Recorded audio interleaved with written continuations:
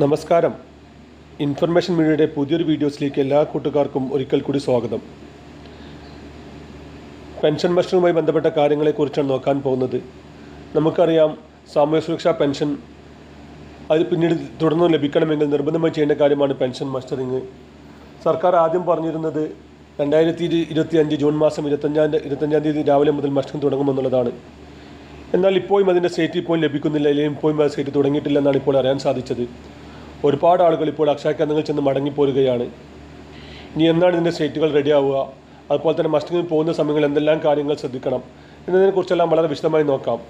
അതിന് മുന്നോടിയായി ഇൻഫർമേഷൻ മീഡിയയുടെ വീഡിയോസ് നിങ്ങൾ ആദ്യമായിട്ടാണ് കാണുന്നതെങ്കിൽ ചാനൽ സബ്സ്ക്രൈബ് ചെയ്യാൻ മറക്കരുത്. നമ്മുടെ ചാനലിൽ ഒരു തരത്തിലുള്ള രാഷ്ട്രീയ കാര്യങ്ങളും വരുന്നതല്ല. ഗവൺമെൻറ് ലഭിക്കുന്ന സേവനങ്ങളെക്കുറിച്ചും ആനുകൂല്യങ്ങളെക്കുറിച്ചും അറിയിപ്പുകളെക്കുറിച്ചും മാത്രമായിരിക്കും വീഡിയോസുകൾ വരുന്നത്. ശ്രദ്ധിക്കുക, ഗവൺമെൻറ് സേവനങ്ങൾ എപ്പോൾ വേണമെങ്കിലും പുതിയ മാറ്റങ്ങൾ വരാം.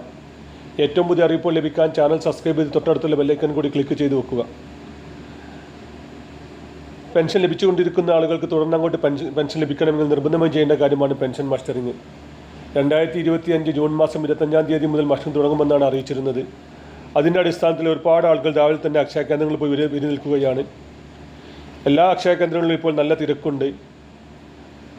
ഇപ്പോഴും അതിൻ്റെ സൈറ്റ് ഔദ്യോഗികമായി ഓപ്പൺ ആയിട്ടില്ല എന്നുള്ളതാണ് ഇപ്പോൾ അറിയാൻ സാധിക്കുന്നത്. വരും മണിക്കൂറിൽ തന്നെ അത് ഓപ്പൺ ആകും. എങ്കിലും ഇപ്പോൾ ഇന്ന് കാത്തു നിൽക്കാതെ വീട്ടിലേക്ക് മടങ്ങിപ്പോരുന്നതായിരിക്കും ഏറ്റവും നന്നായിരിക്കുക.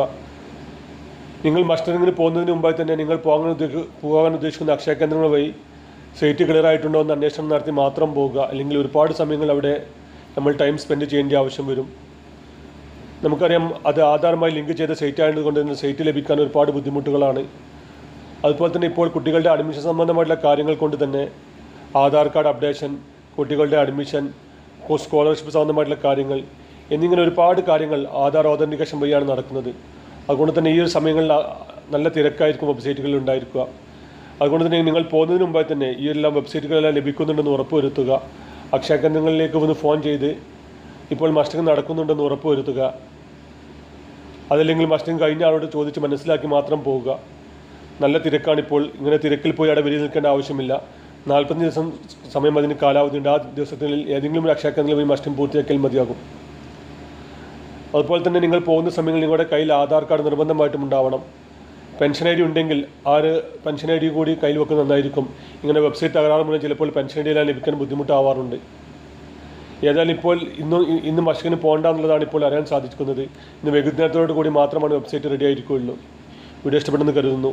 ഇതുപോലത്തെ ഇൻഫോർമേറ്റീവ് ഇവിടെ ലഭിക്കാൻ ചാനൽ സബ്സ്ക്രൈബ് ചെയ്ത് മറ്റു കൂട്ടുകാരിലേക്ക് ഷെയർ ചെയ്ത് കൊടുക്കുക. ഇനി നമുക്കൊരു പുതിയ വീഡിയോസുമായി കാണാം. അതുവരേക്കും എല്ലാ കൂട്ടുകാർക്കും നന്ദി, നമസ്കാരം.